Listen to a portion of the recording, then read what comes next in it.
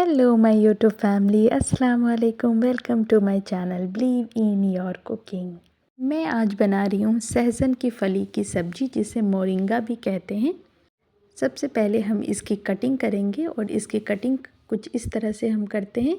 सबसे पहले इसके टॉप का थोड़ा सा पार्ट हम काट कर उसे छिलकर निकालेंगे और फिर जो हम एक टुकड़ा लिए हैं उस टुकड़े को साइड साइड से थोड़ा थोड़ा हल्के हल्के हाथ से उसके छिलके को उतार कर बिल्कुल इसी तरह से फ्रेश करके सारे पार्ट्स को मैं करूँगी। तो सबसे पहले मैं इसके छोटे छोटे टुकड़े कर लेती हूँ। उसके बाद एक एक करके इसके छिलके उतार कर बिल्कुल उसी तरह से रेडी करूँगी जैसे मैंने पहली वाली को कराया।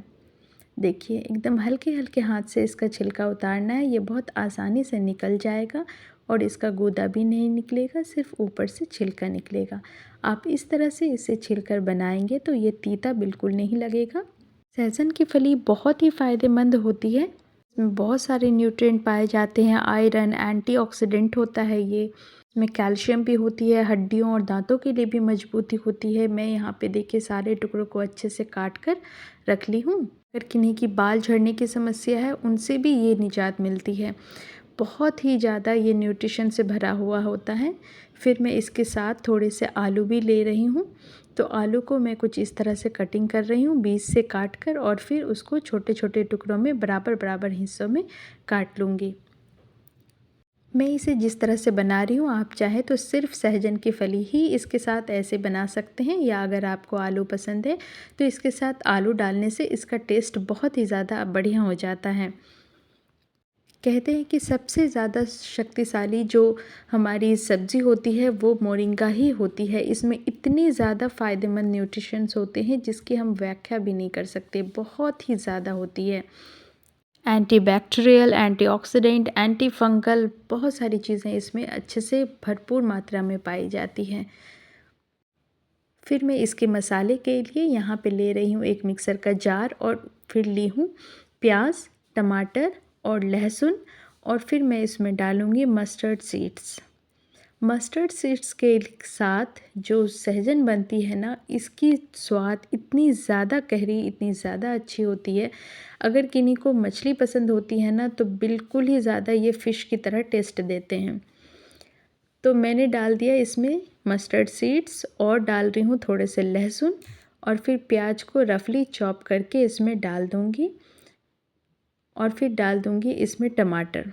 टमाटर को थोड़े छोटे टुकड़ों में काटूँगी ताकि टमाटर के जो छिलके हैं वो अच्छी तरह से पिस जाए। मैं इसको कोई बॉयल वगैरह करके इसके छिलके नहीं निकाल रही हूँ, बस डायरेक्ट इसी तरह से कच्चे काट कर मैं डाल दूँगी मिक्सर में, और इसे पीस कर बिल्कुल ही बारीक पेस्ट बनाना है। सारे मसाले के इंग्रेडिएंट्स रेडी हैं और मैं अब इसे पीस लूँगी।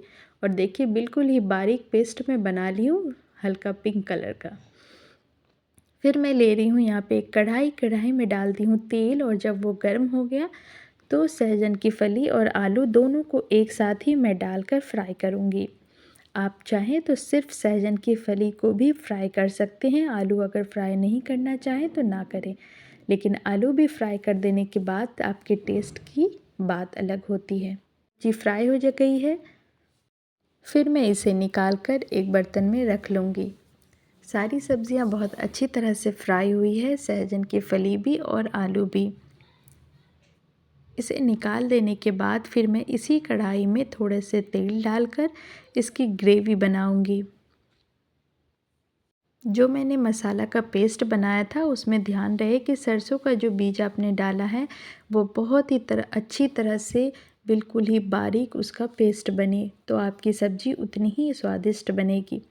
फिर मैं डाल दी तेल, और तेल में डाल दी हूँ 5 फ़ोरन, मेथी, अजवाइन, इन सारे चीज़ों की ये 5 फ़ोरन होती है मसाले की। वो डाल देने के बाद मैं इसमें डाल दी हूँ पिसे हुए मसाले, और जो मैं 5 फ़ोरन डाली हूँ ना, उसके साथ ये पिसे हुए मसाले की जो खुशबू आती है उसकी बहुत ही अलग बात है।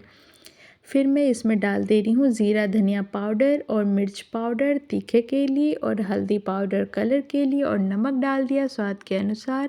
और इसे डालने के बाद फिर मैं हाई फ्लेम पे ही मसाले को खूब अच्छी तरह से भूनूंगी।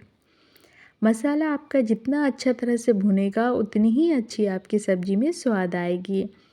फिर देखिए मसाले को मैं बहुत अच्छी तरह से रोस्ट कर रही हूँ और थोड़े बहुत मसाले अगर कढ़ाई में चिपक रहे हो तो पानी डालकर आप उसे खूब अच्छे से मसाले को भूनें। जब मसाले भुन गई थी तो फिर मैंने इसमें डाल दी सब्जियाँ जो फ्राई करके मैं रखी थी।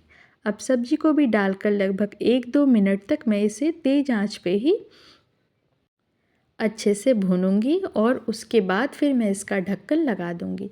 ढक्कन लगाने के बाद 1-2 मिनट के लिए लो फ्लेम पे मैं इसे छोड़ी थी, जिससे कि सब्ज़ी थोड़ा सा मॉइस्चर हो जाएगा और सब्ज़ी आपकी अच्छी बनेगी। फिर मैं इसे चला दे रही हूँ अच्छी तरह से। यहाँ पे भी आप थोड़ा थोड़ा पानी का छिड़काव करके आप सब्ज़ी को भून सकती हैं। फिर मैं डाल दे रही हूँ इसमें थोड़े से टमाटर। टमाटर मैं पिसे हुए डाली ही थी, इसलिए यहाँ पे थोड़ा डाली हूँ काट कर स्वाद के लिए। सब्ज़ी में थोड़ा सा पानी डालकर मैं सब्ज़ी को अच्छे से भून रही हूँ। टमाटर मुझे बिल्कुल बहुत ज़्यादा गलाना नहीं है, वो सब्ज़ी के साथ दिखे इसलिए मैंने टमाटर को बीच में नहीं डाला, बस सब्ज़ी के ऊपर डालकर और इसे फ्राई कर रही हूँ, अच्छे से भून रही हूँ। सब्ज़ी जब बिल्कुल अच्छी तरह से टाइटली ये भुन जाएगी, बिल्कुल ही कड़े तरह से, तब मैं इसमें ढेर सारा पानी डाल रही हूँ। लगभग मैं 1 गिलास पानी डाली हूँ। पानी थोड़े कम लग रहे थे तो फिर से आधा गिलास पानी डाली हूँ। टोटल 1.5 गिलास पानी इसमें मैंने डाला है। इसकी ग्रेवी थोड़ी पतली रखी जाती है तो इसका स्वाद ज़्यादा अच्छा आता है। फिर मैं इसे ढक दे रही हूँ। ढक देने के बाद इसमें अच्छे से उबाल आ गया था। फिर ये मैं चेक कर रही हूँ थोड़ा सा कि ये गला है या नहीं गला है। तो देखिए सब्ज़ी अच्छे से गल गई है। मैं 1-2 मिनट के लिए इसे लो फ्लेम पे छोड़ दूँगी ताकि इसका जो तेल है वो बिल्कुल ऊपर आ जाए और सब्ज़ी की रंगत बहुत ही अच्छी हो जाए। तो देखिए हमारी सब्ज़ी कितनी अच्छी हो गई है और सारी सब्ज़ियाँ अच्छे से गल भी गई है। तो यहाँ पे हमारी ये मोरिंगा और आलू की सब्ज़ी रेडी हो गई है। मैं इसकी प्लेटिंग करूँगी अब। देखिए ये कितना ही स्वादिष्ट सब्ज़ी बनकर तैयार हुआ है और इसे आप गर्मा गर्म चावल के साथ परोसें। और साथ में मैं बनाई हूँ हरी चटनी, धनिया और पुदीने की हरी चटनी। तो लंच में आप इसे बनाएं गर्मा गर्म चावल के साथ, ये सहजन आलू की सब्ज़ी और इसके साथ हरी चटनी बहुत ही अच्छी स्वादिष्ट बनेगी।